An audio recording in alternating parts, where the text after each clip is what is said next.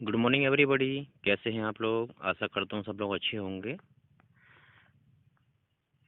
तो आप जानते हैं हम कक्षा 12 भूगोल पढ़ रहे हैं और उसका जो उपविषय है मानव भूगोल के मूल सिद्धांत, उसका अध्ययन हम कर रहे हैं। तो हमने काफ़ी सारे चैप्टर उसमें पढ़ लिए हैं और जो हमारा वर्तमान चैप्टर चल रहा था तृतीयक और चतुर्थ क्रियाकलाप, वो चैप्टर हमारा चल रहा है। तो उसके कुछ टॉपिक भी हमने पिछली वीडियो में जो बोर्ड के माध्यम से, जो वाइट बोर्ड है उसके माध्यम से आपको कराया गया था। अब मैं ये पीडीएफ या एक तरह से मोबाइल के माध्यम से ही और कुछ डाटे के माध्यम से आपको पढ़ाने का प्रयास करूँगा। हालांकि इसमें कुछ एक्टिविटी आपको ज़्यादा दिखाई नहीं देगी। तो आगे टॉपिक जो शुरू होता है हमारा चतुर्थ क्रियाकलाप के बारे में हमें पढ़ना है। हमने तृतीय क्रियाकलाप के बारे में, सारी सेवाओं के बारे में पढ़ लिया था। तो चतुर्थ क्रियाकलाप क्या होते हैं आइए देखते हैं। देखिए, वे सभी क्रियाकलाप जो प्राथमिक, द्वितीयक और तृतीयक क्षेत्रीय क्रियाकलापों या गतिविधियों को सहायता प्रदान करते हैं, लेकिन इनकी विशेषता ज्ञानमुखी होती है। मतलब इसमें ज्ञान ज़्यादा देखने को मिलता है, जो टेक्निकल चीज़ें हैं वो देखने को मिलती हैं इस प्रकार के क्रियाकलापों में।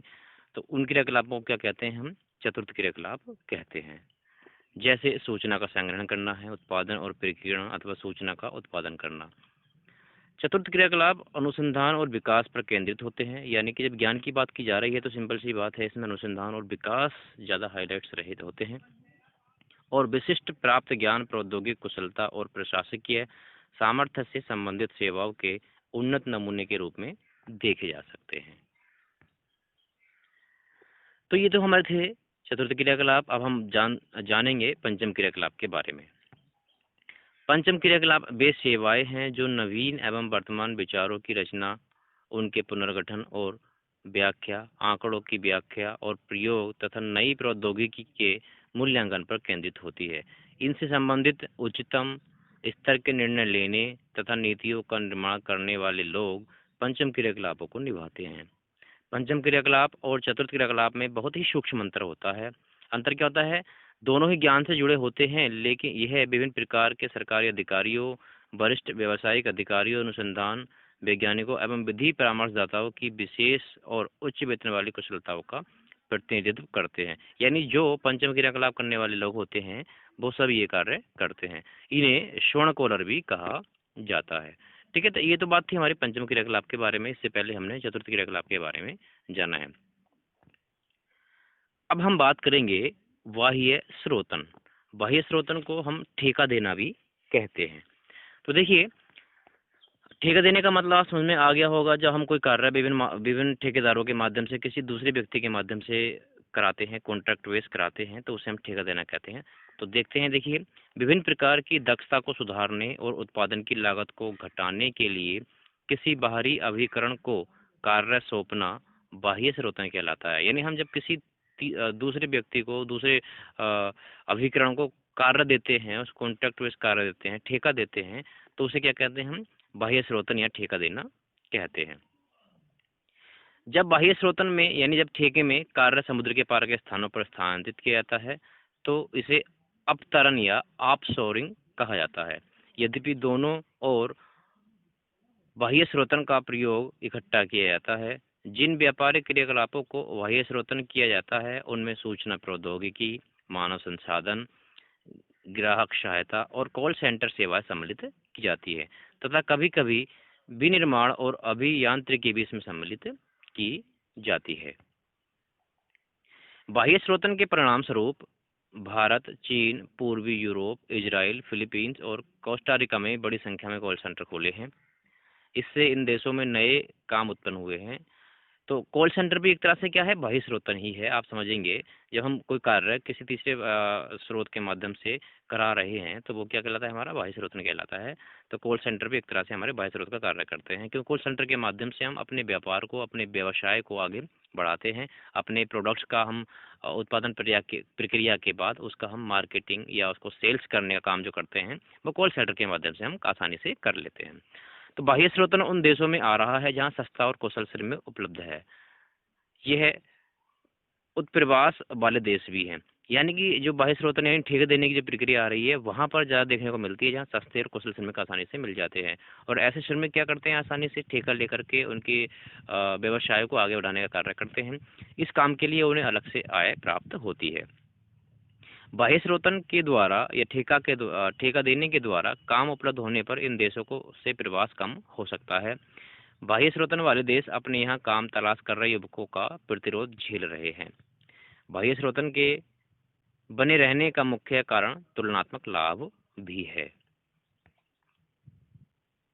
तो ये अभी जो स्क्रीन पर आपको फोटोग्राफ दिख रहा है, ये फोटो है कॉल सेंटर का, जिसमें बहुत सारे एम्प्लॉयज हैं, यानी कुशल श्रमिक हैं, जो अपने थोड़े से ज्ञान के माध्यम से बाह्य स्रोतन का कार्य कर रहे हैं, या किसी कंपनीज के किसी भी प्रौद्योगिकी के विभिन्न प्रोडक्ट्स हैं, विभिन्न चीज़ें हैं, उनको अपने माध्यम से बेच करके, सेल्स करके उनके व्यवसाय को वो बढ़ा रहे होते हैं।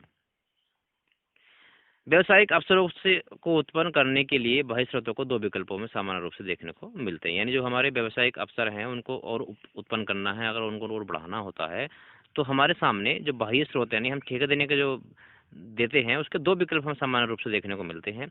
इन विकल्पों के माध्यम से बिजनेस को विकसित यानी हमारे व्यवसाय को विकसित करने का अवसर प्रदान होता है।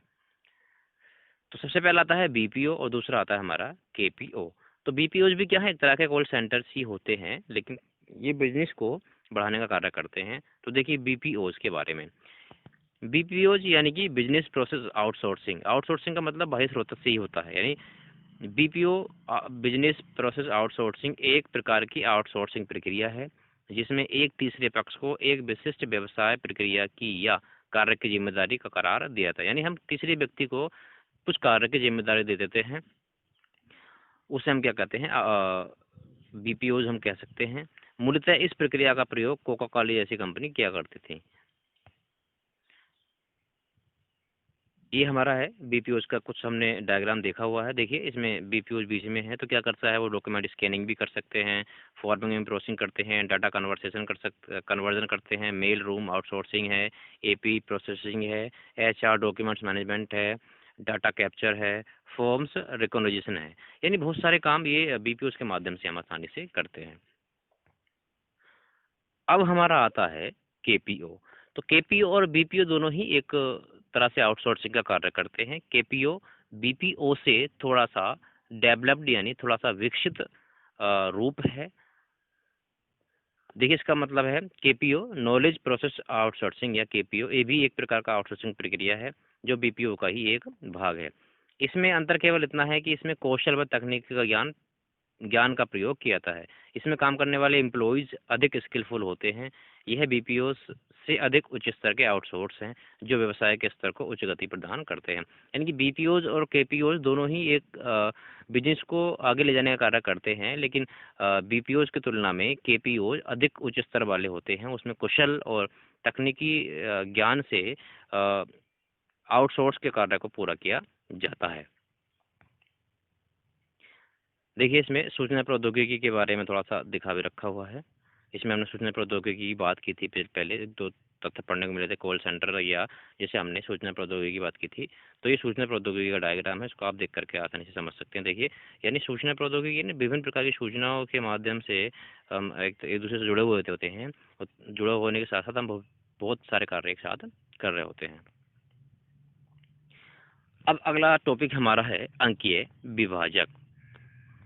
सूचना और संचार प्रौद्योगिकी पर आधारित विकास से मिलने वाले अवसरों का वितरण पूरे ग्लोब पर समान रूप से वितरित होता है।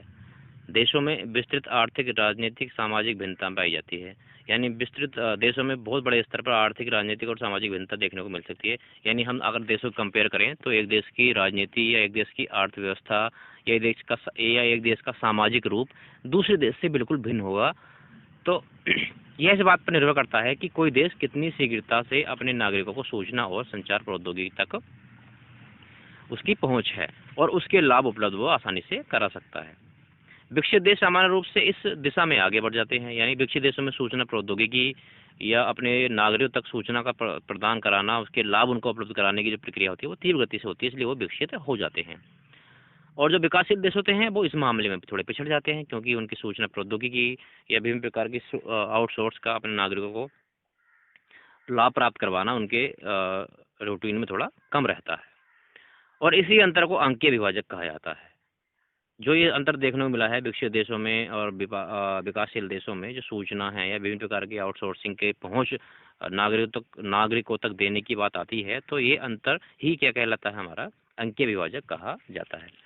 इस प्रकार देशों के भीतर अंकीय विभाजक विद्यमान है। यानी अगर हम एक देश की तुलना दूसरे देश से करें तो हमें अंकीय विभाजक देखने को आसानी से मिल सकता है, क्योंकि हर एक देश की सामाजिक, राजनीतिक और आर्थिक जो स्थितियां हैं वो अलग अलग हो सकती हैं या होती ही हैं।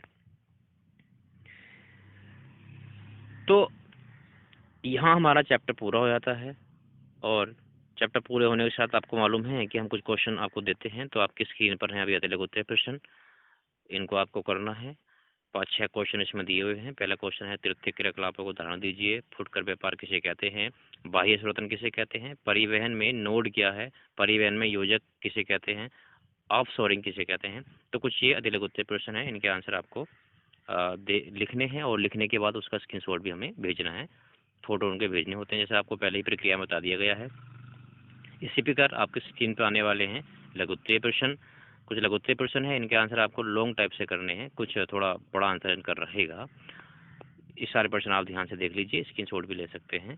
दूसरी एक बात और इम्पोर्टेंट है, आज जो मैंने एक केवल मोबाइल के माध्यम से पढ़ाया, इसमें बोर्ड, वाइट बोर्ड या जो हम यूज करते हैं डायग्राम वगैरह बोर्ड पे बनाते थे, मार्कर होता था, डस्टर होता था, बिना उसकी सहायता से आज पढ़ाने का प्रयास किया गया है। हालांकि पिछली वीडियोज में आपने मेरा फेस भी उसमें देखा होगा।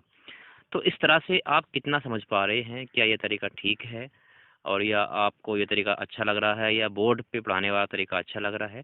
दोनों के बारे में आप मुझे कमेंट्स जरूर करें मेरे पर्सनल नंबर पर, क्योंकि ये एक प्रैक्टिकल के रूप में मैंने करके देखा है।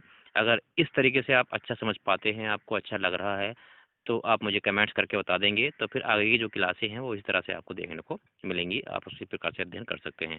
अगर दूसरा वाला तरीका जो बोर्ड पे जाने के बाद हम डायग्राम बनाते थे या बोर्ड के सामने आकर के, जिसमें हम आपको देखते थे हूबहू ऐसे बातें करते थे, रूबरू जैसे बातें करते थे, अगर वो तरीका आपको अच्छा लगता है तो उसके बारे में बता दीजिएगा। ये कमेंट्स आपको इस वीडियो को देखने के बाद ही करना है, क्योंकि उसी के आधार पर, आपके कमेंट्स और आपके आंसर्स के आधार पर ही आपको अगली वीडियो मिलेंगी। तो वीडियो को लाइक कीजिएगा, सब्सक्राइब भी कर लें अपने विद्यालय के चैनल को, और कमेंट जरूर करें। मिलते हैं अगली वीडियो में, तब तक के लिए जय हिंद, जय भारत।